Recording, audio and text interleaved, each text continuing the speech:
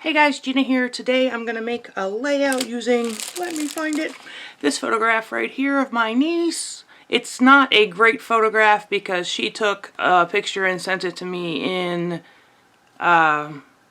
we were chatting in Messenger, that's it. So it's not a great picture, but she said something so funny during this time when we were chatting that I just had to scrapbook it. So I pulled that photograph, and then I'm going to show you the supplies that I pulled. Do you remember a couple of years ago, hexagons were all the rage? And I still see people use them today, but gosh, a few years ago, hexagons were on every layout. And I had to have these punches. But as you can see, I've never used them. I just opened them, and I opened them off camera because opening them on camera would have been obnoxious. But I opened them just now, and so I'm going to try to use hexagons on this layout. Just toss them out. So I'm going to use hexagons on the page because I'm going to scrapbook. I'm going to try to use this sketch as my inspiration for this page. And one of the things, this is a Christine Davis sketch, and one of the things that I wanted to do is a lot of the people I watch on YouTube right now are doing a 30 days of sketches challenge, and I wanted to participate with that and use that as a challenge, but I'm about 7 days behind, so I'm going to try to catch up, and so I'll be posting videos and trying to catch up and then end up with 30 layouts based on sketches at the end of April. So we'll see how that goes, but this is my sketch inspiration for this layout, and as you can see, the hexagons on this are much bigger, so I don't know, I don't want to spend the time using my silhouette to cut out hexagons that are bigger than this, because I don't know, that are bigger than my punches, because I don't know what papers I'm using, and all of that I figure out as I go along. So I'm going to use this as my inspiration, and then I will figure out where I'm going from there. So the supplies that I pulled were my hexagon punches. As you can see on the sketch, there's a circle at the bottom which kind of breaks up all of this very squared off angular shape. So there's a circle, so I pulled out my circle punch. So I'm going to get some punches used today.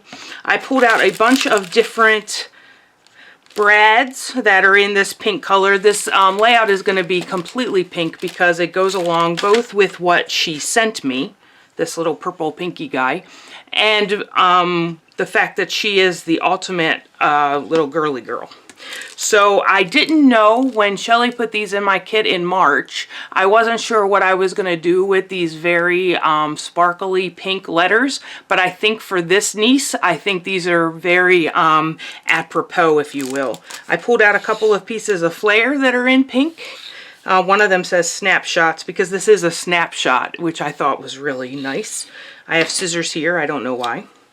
And then I pulled out these Happy Planner stamps. They're Plan a Happy Life, and they have these little flags on them, and it said on the sketch right here, it didn't have flags, but it had that little journal tag. Well, what I thought was on each of the hexagons, I would stamp one of these words. It says, smile, the best, fun day, perfect, documented, hello, favorite, happiness, today. So I thought that I would use these Happy Planner stamps because otherwise, I don't know when I would use them. Like I said in a previous video, I don't do paper planning, but I buy all the paper planning stuff. So, and I'm going to use white cardstock as my background, and then I'm going to use my pink scraps to make my hexagons. So those are the supplies that I'm going to use in the sketch that's my inspiration. So I'm going to get started and we'll see what happens. Hey guys, so the first thing that I do is go through my pink scraps to figure out which ones I'm going to punch out with hexagons. And I started with a very muted background, and then I saw these bolder pinks that I really liked.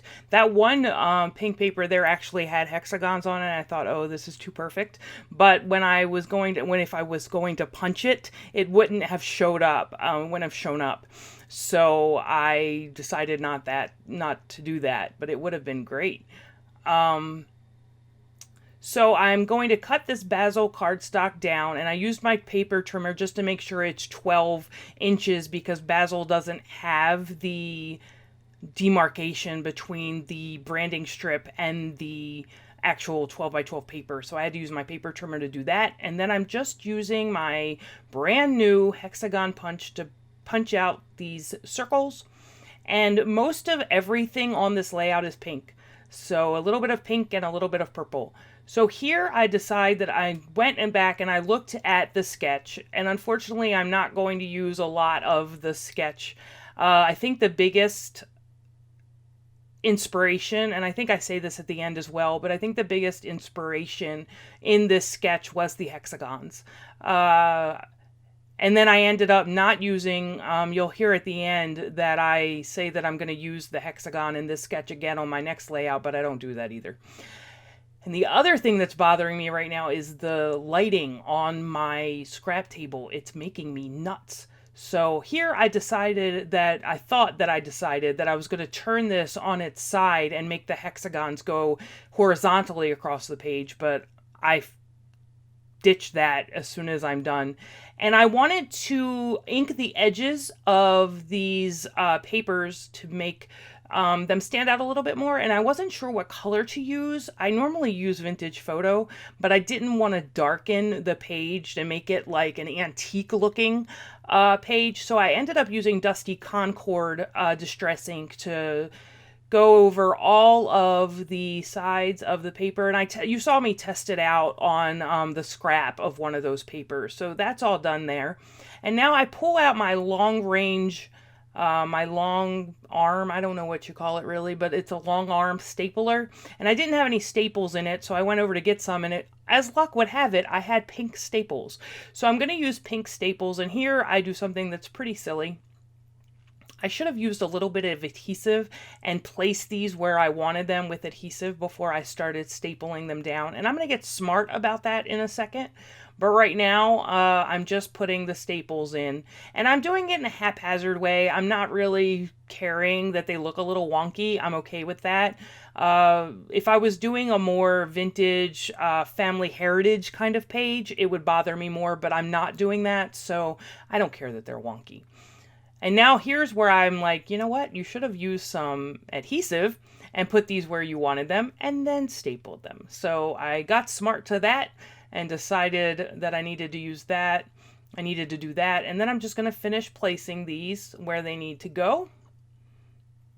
And I really, really like this hexagon layout. I'm going to cut the edges off here. But my lighting is driving me nuts, so I need to go back to the drawing board about this lighting and figure out what is going on here because it's too dark. So I switched cameras, and I'm still learning this new camera, and so this is just way too dark. So after I put the staples in, I decided that I wanted to put little X's where the staples were, and unfortunately I didn't turn the paper diagonally, I turned it straight, and now I got little crosses, which is fine. Again, I'm not that concerned about it. I like the pink staples, and I like the little bit of texture that those staples give on those little hexagons. So I'm happy with that. And now I'm thinking about placement for my photo, and I think I need to back it. Like I need a photo mat. And I went over and I thought about using this purple paper because I outlined the hexagons in purple. So I thought I would use this purple paper, but I decided the purple is just too much of a contrast from all the pink on the page. And so I'm going through my scraps, and I thought about using that floral die cut paper, but that didn't work. And then I hit gold when I found this very sparkly pink, dark pink glitter paper. So I'm going to put that down and make my mat out of that paper. And I'm very happy with how that turned out. Now, if I could have just gotten the trimmer to cut through the mat, that would have been good. But anyway, I do eventually. And so I really like how that mats the photo. And now I'm going to place the photo where I want it. I'm going to put it up a little bit higher. And then I'm going to work on the title. And the title's going to say, obviously, I tap my fingers when I'm thinking. I didn't realize that. And I think what is really crazy is I think that Shelly does it too.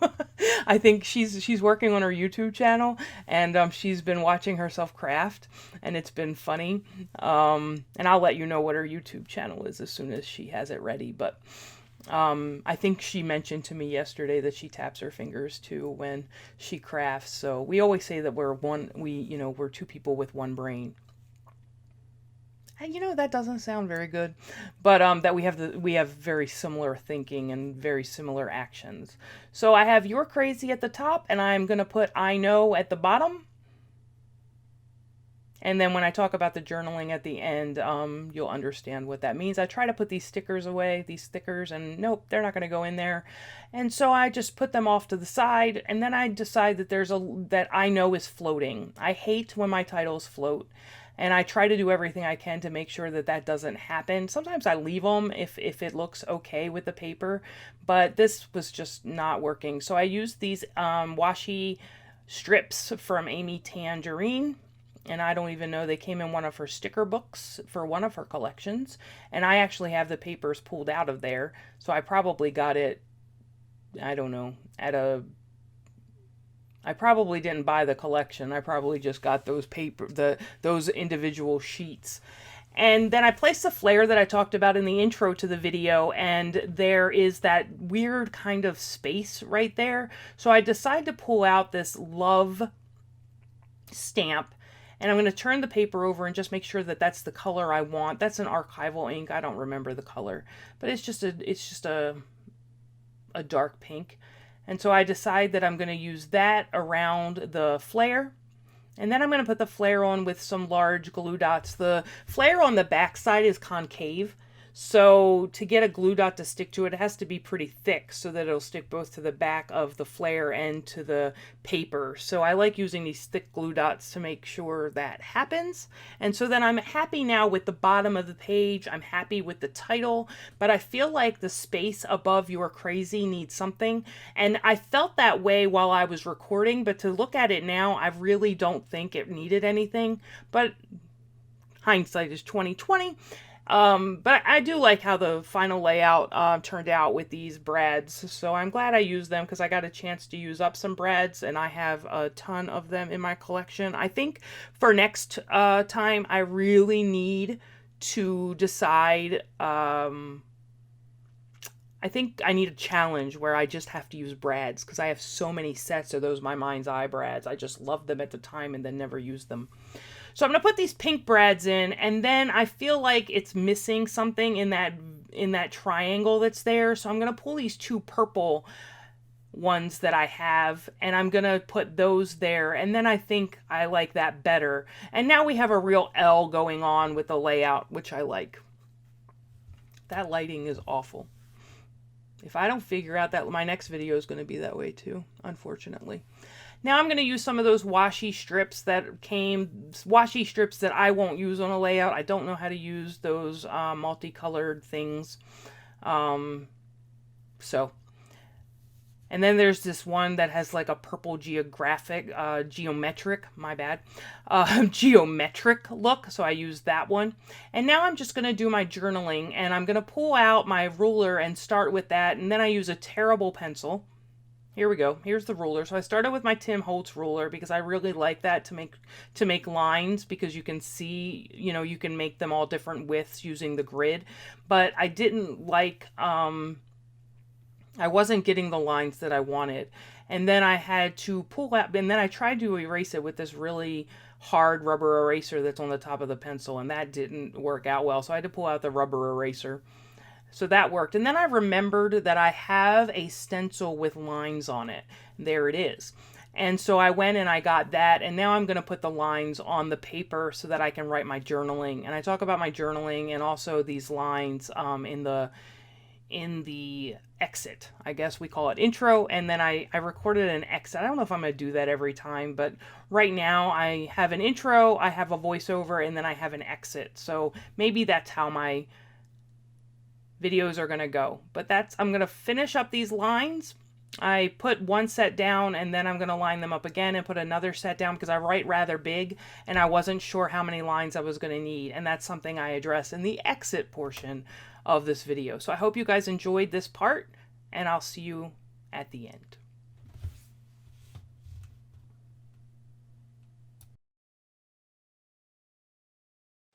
Okay guys, so I finished the layout, and I just wanted to show you something that I did to make sure that my journaling was down here. And you know, I drew lines all the way up here, but I never know how long, because I write big and then I write small and then I write big and then I write small. I'm never sure how much space my journaling is going to take up, and I knew this was a pretty long story, but I also knew that I wanted my white space up here and not down here if I finished the journaling. As you can see, I had about 1.5 or 2 inches left over from all those lines that I drew. So what I did was I measured this space, and it was about 3.5 inches long. So on a piece of scratch paper, I measured out 3.5 inches long, and then I wrote all my journaling here, and as you can see, there's arrows and things in it like that.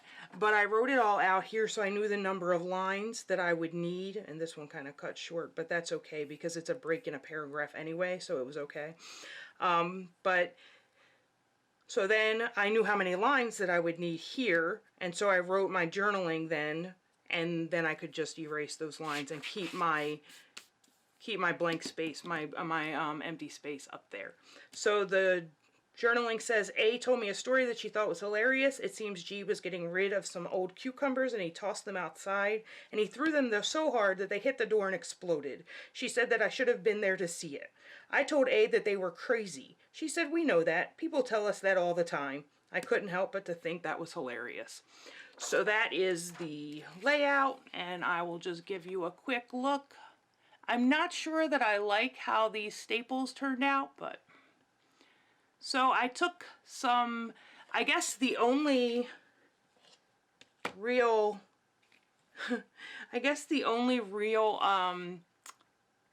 inspiration I took from this sketch was the hexagons. I didn't bring them around. I don't know why.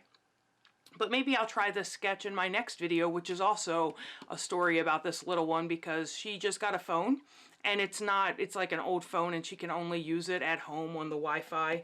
So she calls me all the time. And so now I have plenty of stories to tell about this little one because she just talks my ear off, which I love. So that's it. So I hope you guys enjoyed this layout, and I will talk to you next time. Hopefully in a couple of hours today. Thanks guys for watching.